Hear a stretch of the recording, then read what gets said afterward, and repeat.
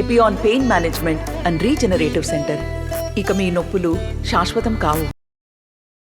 India కూటమి తరపున తిరుపతి నియోజకవర్గ అభ్యర్థి మురళీ గారు పోటీ పడుతున్నారు. ఈ నేపథ్యంలోనే కాంగ్రెస్, సిపిఐ, సిపిఎం కలిసి ఉమ్మడి కూటమి అభ్యర్థిగా పోటీ ఉన్న క్రమంలోనే ప్రచార కార్యక్రమం చివరి దశకు చేరుకుంది.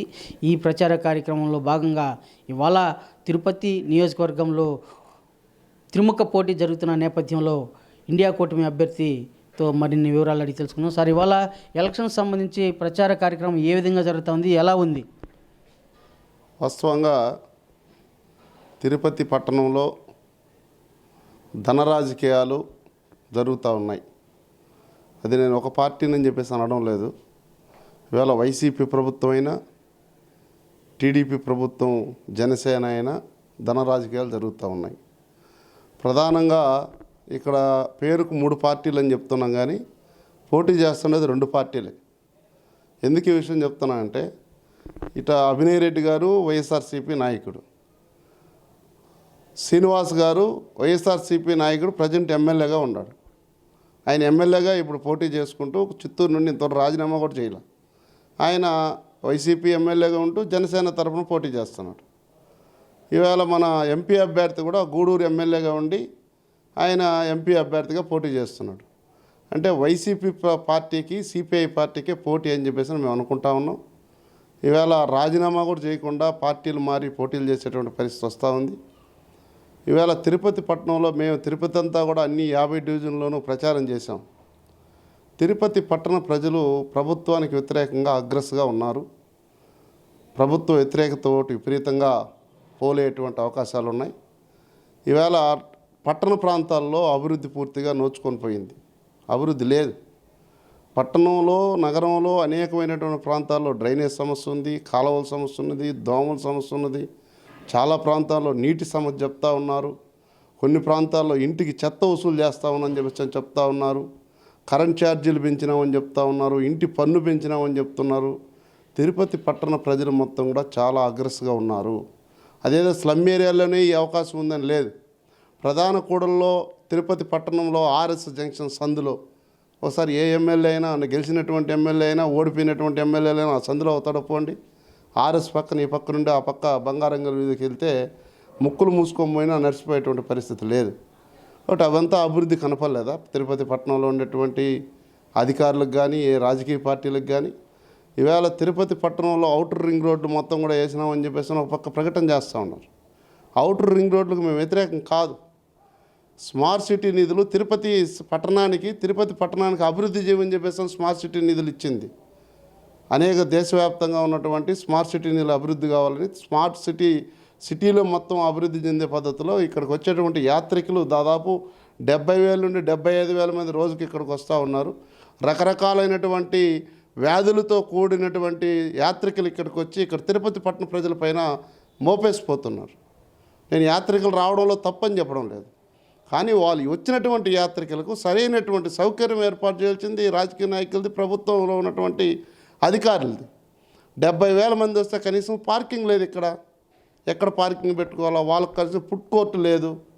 ఇంత పెద్ద తిరుపతి పట్టణం దాదాపు 1,000 మంది ఇక్కడికి వచ్చేటువంటి పరిస్థితుల్లో, లక్షల మంది వచ్చేటువంటి పరిస్థితిలో ఒక ఫుడ్ కోర్టు పెట్టి, ఫుడ్ కోర్టు ద్వారాగా వీళ్ళందరూ కూడా ప్రజలు ఇక్కడ భోజనం చేయడానికి సౌకర్యంగా తక్కువ ధరలకు ఇస్తామని చెప్పేసి ఎందుకు చెప్పకూడదు? మేము చెప్తా ఉన్నాం. ఫుడ్ కోర్టు కూడా ఏర్పాటు చేయమని చెప్తున్నాం. మేము గెలిస్తే ఖచ్చితంగా చేస్తాం. ఇంటి పన్ను తగ్గిస్తాం. కరెంట్ ఛార్జీలకు సంబంధించినటువంటి తగ్గించడానికి పోరాటం చేస్తాం. ఈ తిరుపతి పట్టణంలో టౌన్లో ఉన్నటువంటి అన్ని ప్రాంతాలకు సంబంధించినటువంటి స్మార్ట్ సిటీ నిధులు కావచ్చు, మున్సిపల్లో వచ్చేటువంటి నిధులు కావచ్చు, టోటల్గా అభివృద్ధి చేయడానికి డ్రైనేజ్ సమస్య, కాలువల సమస్య పరిష్కారం చేస్తాం. ప్రభుత్వ పాఠశాలలు అనేకమైనటువంటి పాఠశాలలు, ఎస్టీవీ నగర్లో పాఠశాలలు చూడండి, నేడు నాడని చెప్పేసి అని చెప్తా ఉన్నారు. అక్కడ మన చేపల మార్కెట్కి ఎదురుగా ఉన్నటువంటి ఎస్టీ కాలనీకి సంబంధించిన మున్సిపల్ క్వార్టర్స్ చూడండి. ఇవాళ కనీసం ఒక్క మనిషి అయితే వాళ్ళు కాబట్టి నిలబడి ఉన్నారు. అక్కడ దాదాపు 25, 30, 40 సంవత్సరాలుగా అక్కడ వాళ్ళ కాలనీలో కాపురం ఉంటే ఈ రోజుకి కూడా మౌలిక సదుపాయాలు లేవు. వాళ్ళకు స్కూలు సంబంధించినటువంటి స్కూల్ లేదు. మరి మొత్తం అభివృద్ధి స్మార్ట్ సిటీ మొత్తం కూడా బ్రహ్మాండంగా జరిగిపోయింది. భారతదేశంలో 2వ స్థానంలో ఉంది, మొదటి స్థానం ఉందని చెప్పేసి పత్రికా ప్రకటనలు చేయడం అనేది సరైంది కాదు. కాబట్టి తిరుపతి పట్టణ ప్రజలను కూడా కోరుతూ ఉన్నాం. చాలామంది చెప్తా ఉన్నారు కమ్యూనిస్టులకు ఓటు వేస్తే ఆయన ఓడిపోతాడో ఈయన ఓడిపోతాడో అని చెప్పేసి.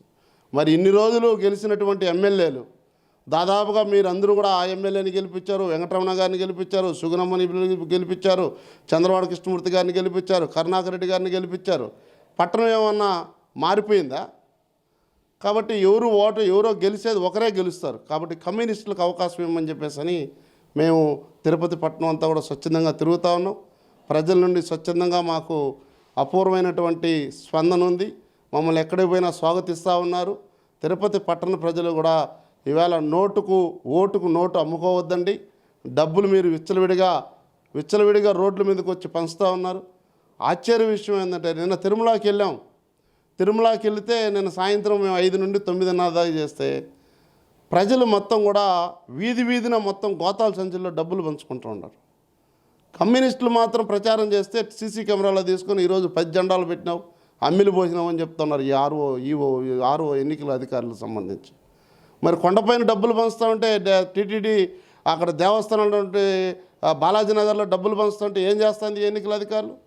తిరుపతి పట్టణంలో వీధిన మొత్తం కూడా గోతాల్లో తెలుగుదేశం వాళ్ళు, జనసేన వాళ్ళు, వైసీపీ వాళ్ళు డబ్బులు పంచుతుంటే ఒక్క మాట కూడా పోలీసులు పట్టించుకోలేదు.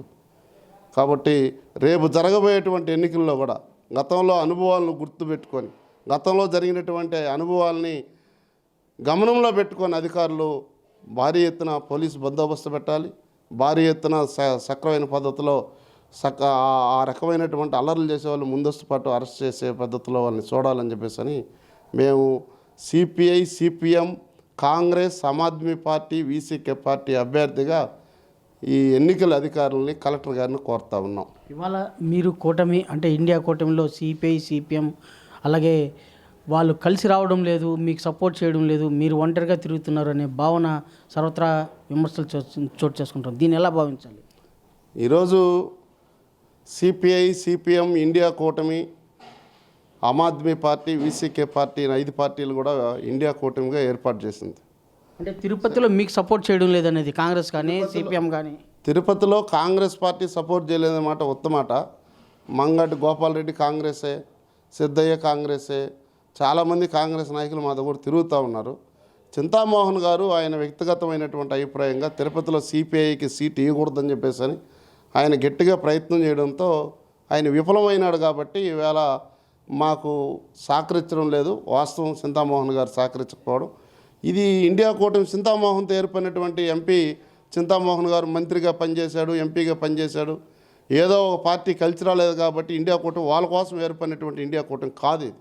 ఈ భారతదేశంలోనే ఒక మార్పు రావాలనే ఉద్దేశంతో భారతదేశంలో మొత్తం ఈ బీజేపీ, ఆర్ఎస్ఎస్ వాళ్ళ అల్లర్లు తగ్గించాలని చెప్పి దేశంలో ఉన్నటువంటి 143 కోట్ల మంది ప్రజలకు ఒక అండగా నిలబడే పద్ధతిలో ఈవేళ ఇండియా కూటమి ఏర్పాటు చేసింది.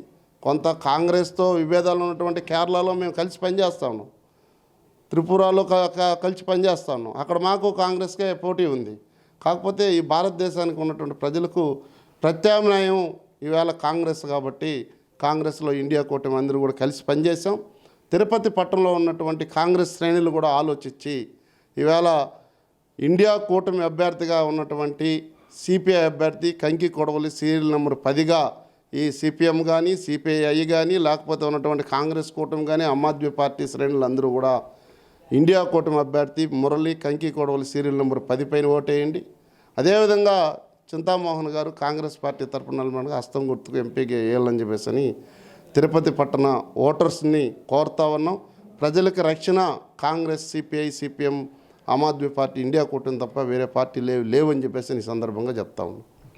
తిరుపతి అభివృద్ధి కేవలం డబ్బులతో కూడుకున్న పనే కాదు, సమాజ అభివృద్ధి తోడ్పడుతున్నటువంటి కాంగ్రెస్ పార్టీతో పాటు సిపిఐ పోటీ చేసేందుకు ఇలాంటి వర్గాలకు వెన్నుదన్నుగా ప్రజలు నిలిచి ఓటేయాలని చెప్పేసి విజ్ఞప్తి చేస్తున్నారు. వీడియో జర్నలిస్ట్ మణితో రవి, RTV తిరుపతి.